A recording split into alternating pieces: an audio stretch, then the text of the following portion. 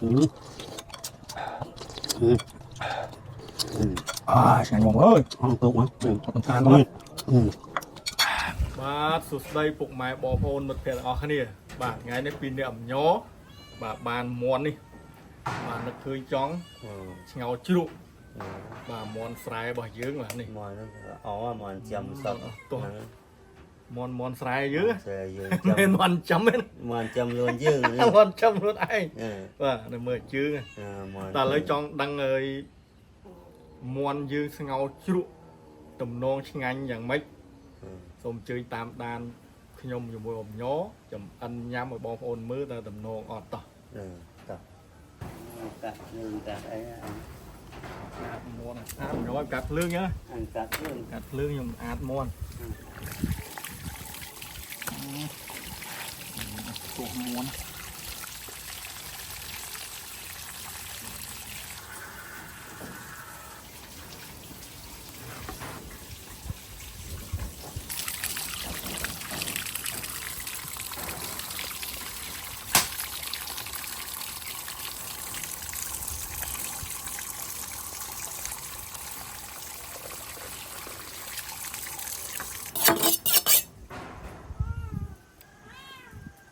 lương xa lương cái số à mới món hơi đó lương cái con cái số đó tất cả anh đã tất cả mẹ bạn này năm á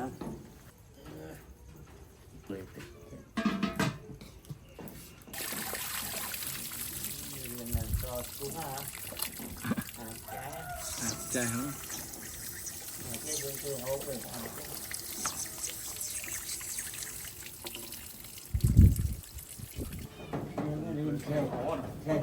xe tố lưỡi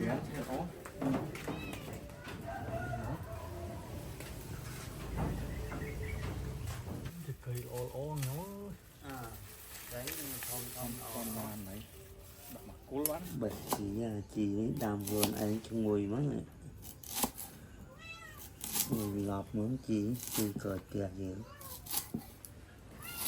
chú bộ đàn mè dương bọt miên ấy kêu miên nè lên đây cột cây chi đến và ngò chúa rồi mà dương mẹ bẩn nắng bò bò ngồi chuột mai chứ vậy bẩn đặt kêu cháo nhóc bọt ngay đấy đã mà là móm mà xuống ngồi nhàนี้ยังมีจีบซอยมันตำไปจังเนาะ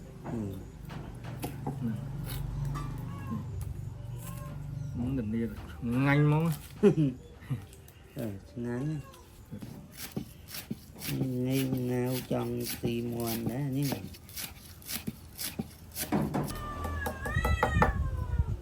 luôn ní à ăn lâu á ăn lâu à tù tiết cho ăn à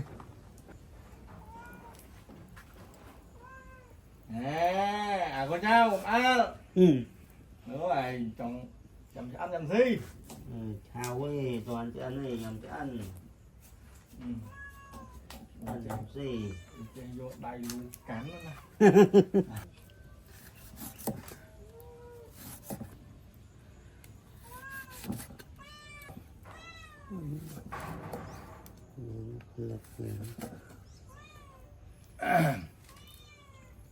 cầm hòm đấy chứ cầm hòm chứ cô cương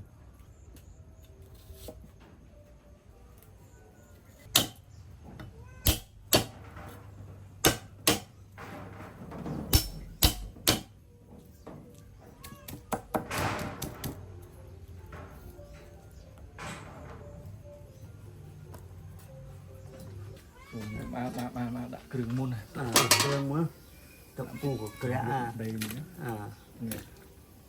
thấy đã muốn á món cược á cái vùng phụ kẻ ấy ngồi hỏi làm được bè gì này làm bánh đâu đây cái rối chơi làm món mà đó lập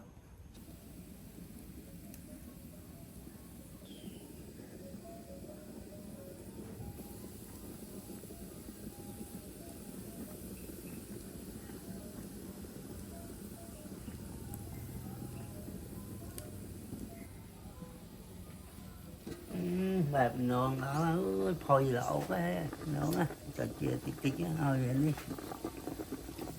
cục kẹt cái lọp về mặt chung á lọp ở về non kéo cho chia tí tí á làm tục chứ đó ai ơi cục kẹt cái nào nào ơi đó thôi đã co tí chứ ơi về miền chia này đảo ôi cò tí ngang người ngang ủa biết ảo trời mà làm thôi với này ăn vào đây anh nói cái đào á ăn lấy dương bé nào bé chà bồ ran bị đớm ngầu hai bạn quật bé nhưng lộn đâu âu nhóm ngầu món tọ bé nhỏ đạn nóng bảy nè chia bảy ảo nấu cặp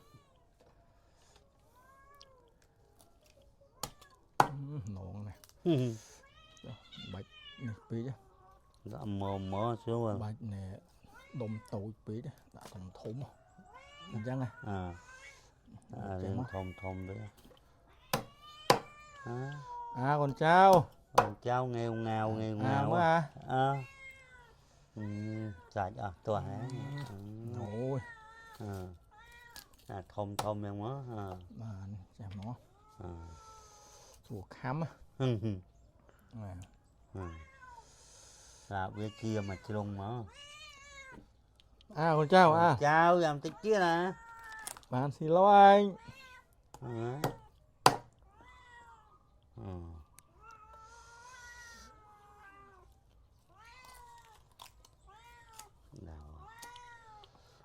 những lần phơi đây nè kia cái chồi nha chồi nha nè cho lần sụp phơi rủi rồi đảo nè đạp anh năng quá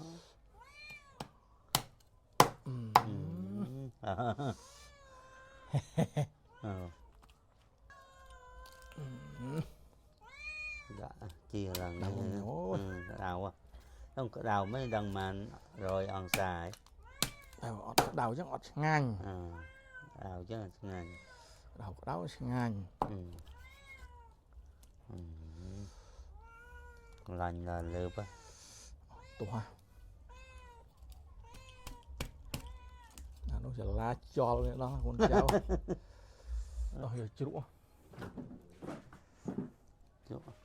tức pu hơi pu ngược cái đấy lấy dựng đạm mòn với nhau nè đạm mòn cháu có bị chê nữa đó chê nữa giống đạm mòn coi nữa chẳng mó cô đó cô về tích chứ về lìa châu nghe xanh chùm chặt súc là súc tòa hai chặt súc chạm mòn bài hài nhẫn ngấu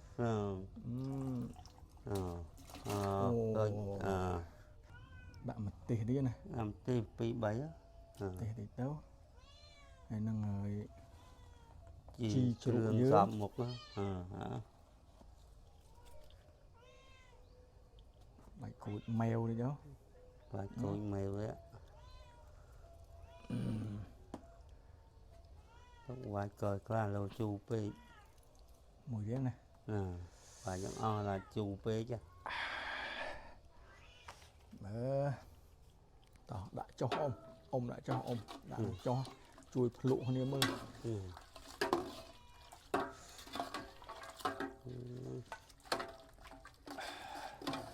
cố là tật sụp à mày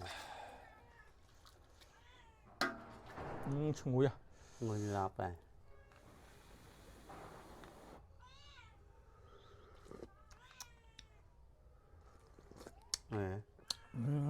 ấy mà lụa môi mà lụa gì nữa lụa mà ngàn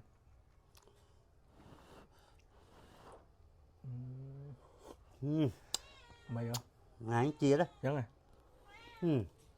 và thêm ai kêu ra mở ra chu tí Ui chứ. Ngon các bạn. Rồi lâu tỏ dương chặt ca chăng. Rồi. Đâu hôn, khơi thầm muôn dữ đi. Bà sẽ ăn nó đi. Lâu tỏ, tao cả lấy nhăm tao ngon hơn tao. Tao lấy nhăm ngon hơn. Chả. Nó chắc cái tích còn mà tiện đáo à. Rồi sạch sạch đó ơi, sạch đó mà thôn quánh ấy Ôi, em mó á. To ha.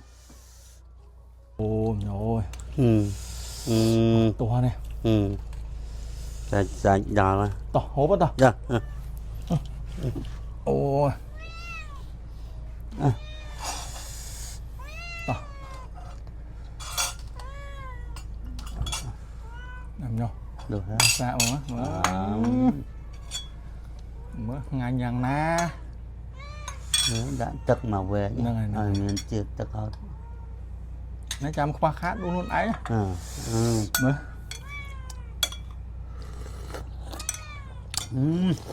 Nãy như vậy. Nãy như này. Hả? Nó khăn đấy mà, kiện lên đi mà.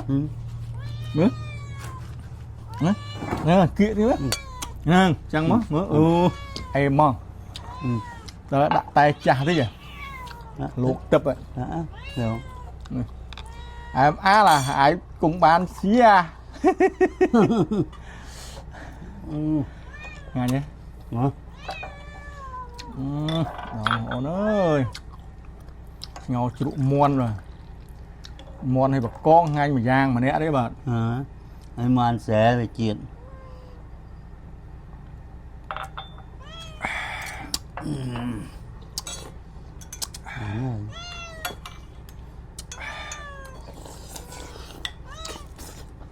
Các rau cương với đã cương với chiết đó.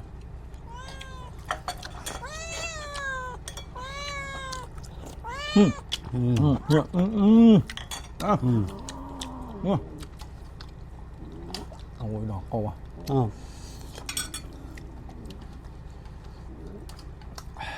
Tùy mấy nhìn nó đạn tùy mùi hết. Tùy nông lắm, nông nắng.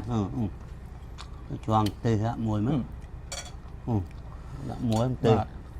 Đó. Lại cái hôm nắng đó. Tùy mà mát lên hơn ngay. Chết rau rừng. Tục thờ mà đầy cầm ra thế, đầy cầm ra cho chật thờ. Đây.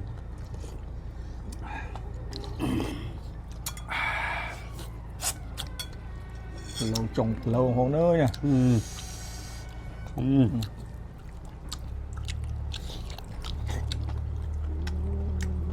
Lâu lại.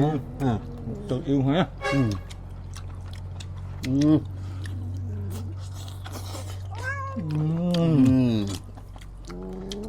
Yêu mà.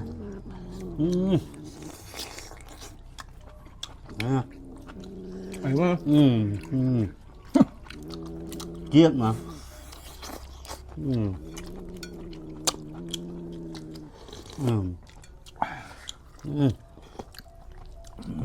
Gì đó?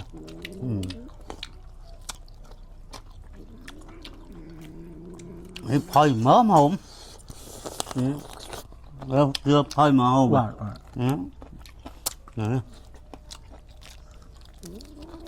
Đã crup. Đây ba.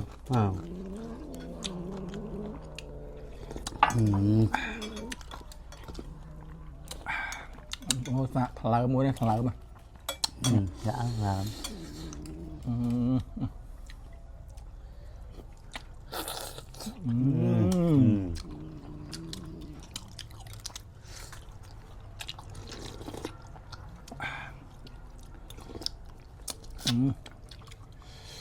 Đây mà.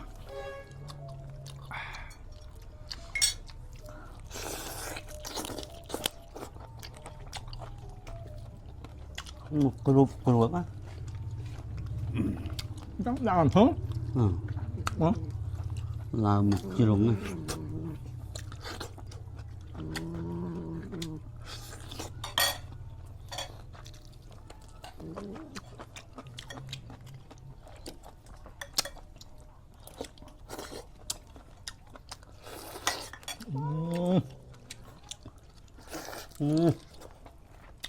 chếtอย่างนี้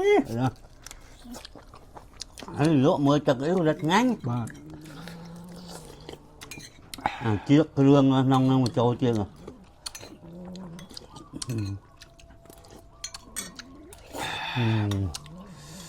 đào ngay ដាក់ជើងមួយលោក Dạ. ជើងមួយមកលោកប៉ុនកាយ thường mà còn cài នេះ cài nữa អូនណា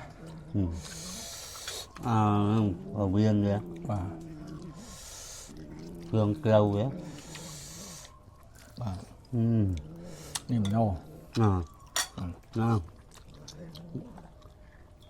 thường kêu về mà mát phần món mày bìa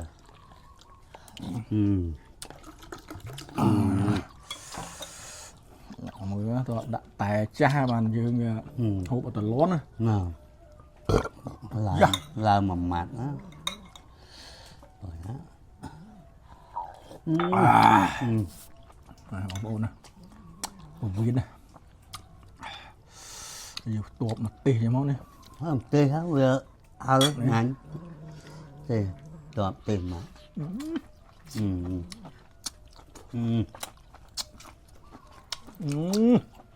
hiện nào អីមក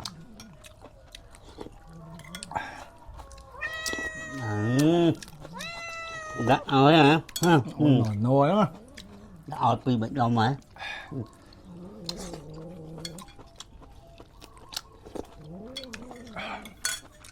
ជើងមួយប៉ុនកាយ con cái á chứ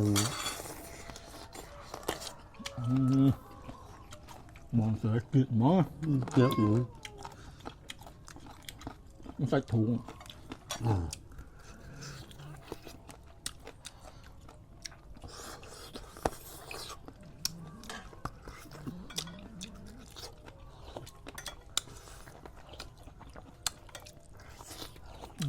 Ấy mà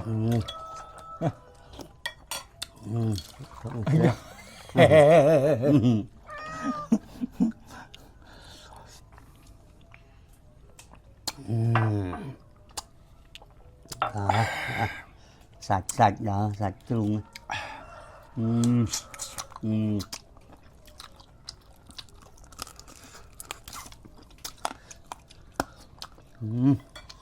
nhanh mà Đấy. មន់មួយដាក់អស់មកពីរនាក់ញ៉ាំឡើងណា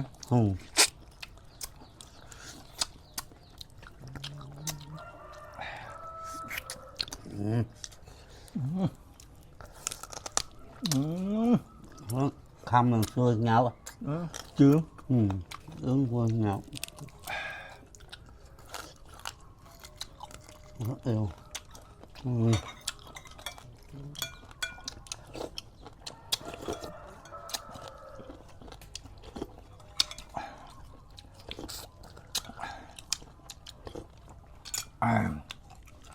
ngõ ba là ba muối ba ba chướng muối đã chứ hả ăn nhiều đánh cả khi cay cơ quá rồi bà mờ trà như kia phê món nơi lương ba món miên y cái côn miên xì này khru trường vậy nè kiềm trường hai thôi ở